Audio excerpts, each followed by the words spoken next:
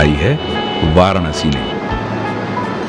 सबको सस्ता और पौष्टिक भोजन उपलब्ध कराने के लिए सुरभि शोध संस्थान ने अन्नपूर्णा सेवा संचालित की है। प्रतिदिन करीब 2000 लोग भोजन करते हैं। यहाँ के माहौल को जीवंत बनाए रखने के लिए अन्नपूर्णा सेवा में एक पुस्तकालय भी है और यहीं भजन कीर्तन भी चलता रहता है।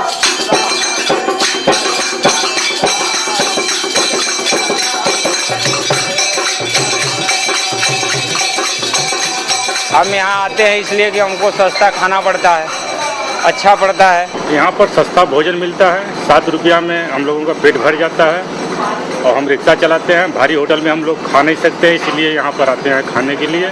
यहाँ बहुत सारे अन्य क्षेत्र चलते हैं जहाँ साधु सन्यासियों को, गरीब विद्यार्थियों को, ब्राह्मणों को और भिक्षुकों को भोजन मिलता है। लेकिन देश में जो निर्माण में लगे जो श्रम साधक हैं, जो श्रम की साधना करते हैं, ऐसे लोगों की कोई चिंता नहीं की गई। तो इस चिंता को ध्यान में करके इनके बीच में कुछ काम किया जाए और इनको भी देश के एक अच्छे नागरिक होने का एहसास जो कराने के लिए हमने अन्नपूर्णा भोजनालय शुरू किया।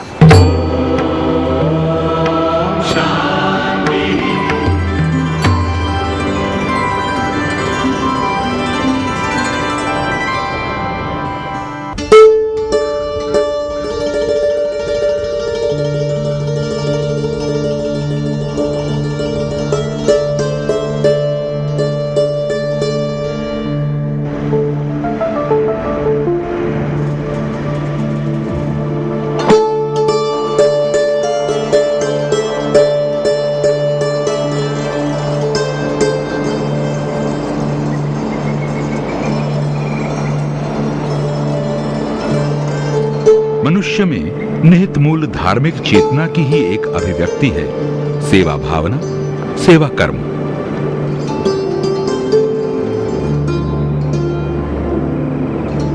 हर मनुष्य के भीतर लहराता करुणा का सागर जब ऊपर उठता है तो अलगाव की, घृणा की बनावटी दीवारें ढहती जाती हैं।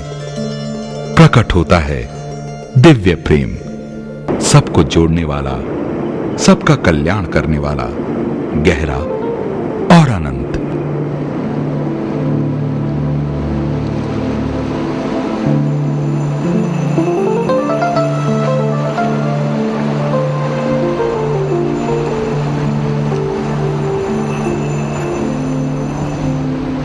दिव्य प्रेम सेवा मिशन इसी शाश्वत और अनंत प्रेम का मूर्त रूप है।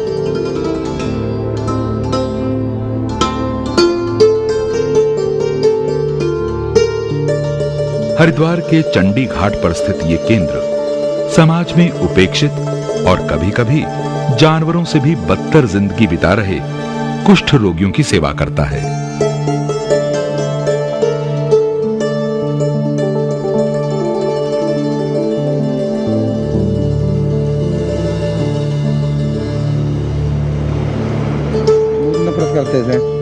नफरत करते थे, पास में आना नहीं चाहते थे, बात करने में भी नफरत करते थे बीमार होने के बाद में।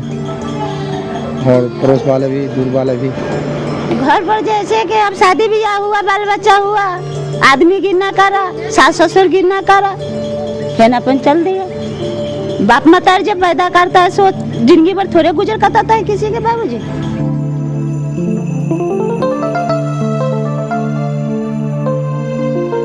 ईश्वर की खोज में भटकते आशीष गौतम की संवेदना भरी निगाह इन समाज बहिष्कृत निम्नतर जीवन बिता रहे कुष्ठ रोगियों पर पड़ी और उन्हें अपने भीतर के प्रेम की अभिव्यक्ति का सार्थक रूप इनकी सेवा करके मिलने लगा।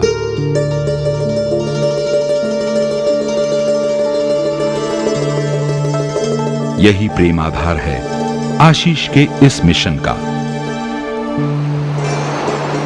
मनुष्य में 3 प्रकार की ऊर्जाएं होती हैं, धन की ऊर्जा और एक अधिकार की ऊर्जा और दूसरी होती है एक माने क्रियाशीलता, माने क्रिया की ऊर्जा। तो अपने पास कोई ऐसी माने अधिकार की ऊर्जा, धन की ऊर्जा तो कोई थी नहीं, तो एक क्रियात्मक जो ऊर्जा थी उसका उपयोग आखिर किस स्थान पर हो, किस तबके के लिए हो, तो फिर ध्यान में आता है कि कुष्ठ रोगी आर्थिक दृष्टि से, सामाजिक दृष्टि से, शारीरिक दृष्टि से समाज में सबसे नीची सीढ़ी पर खड़ा हुआ व्यक्ति पाया जाता है। उपेक्षा का पात्र है, घृणा का पात्र है। हमारी उपेक्षा और घृणा के नाते पशुवत जीवन जीने के लिए कहीं झुग्गी झोपड़ी में बाध्य है। तब लगा कि इनके बीच ही रहकर हमको काम करना चाहिए। इस मिशन में आज आशीष अकेले नहीं हैं। कई सेवाभावी और योग्य नौजवान उनके साथ हैं। सब मिलकर आशा की किरणें बिखेर रहे हैं समाज के इस उपेक्षित वर्ग में। सब कुछ दवाई पानी सब कुछ खरीद दे रहा है, बाहर वाला को भी देता है, हम लोग को भी इलाज करता है। हाँ, जब उधर दिल्ली भेज देता है उसका भी खर्चा पानी देता है इन लोगों को। हमने का घर में खुद आशीष बाबू जाके पत्ती बनना, निमन बेजाय करना। हमें से कोई 5 पैसा कोई ना 5 पैसा कोई ना कुछ। हम जे आधारत के भी कहता है, आधारत के भी यहाँ से आदमी चौथा है, के दवा भी नहीं।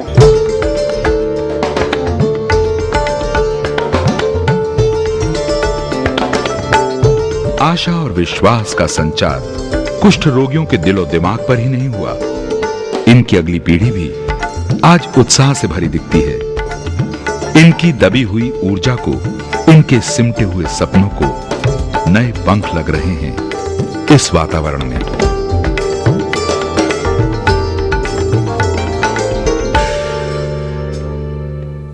इतनी शक्ति हमें देना दाता, मन का विश्वास कमजोर होना।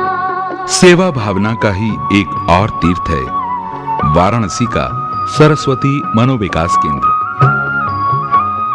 यहाँ मंद बुद्धि बच्चों की सधे हुए हाथों से देखभाल होती है।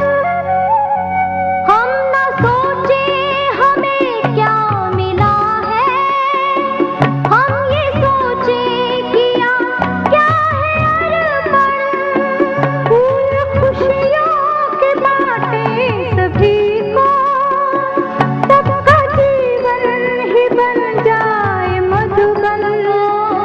अपनी करुणा का जल तू बहा के, इनकी मानसिक और शारीरिक ऊर्जा को तराशा जाता है और इन्हें रोजगार परक प्रशिक्षण मिलता है। दो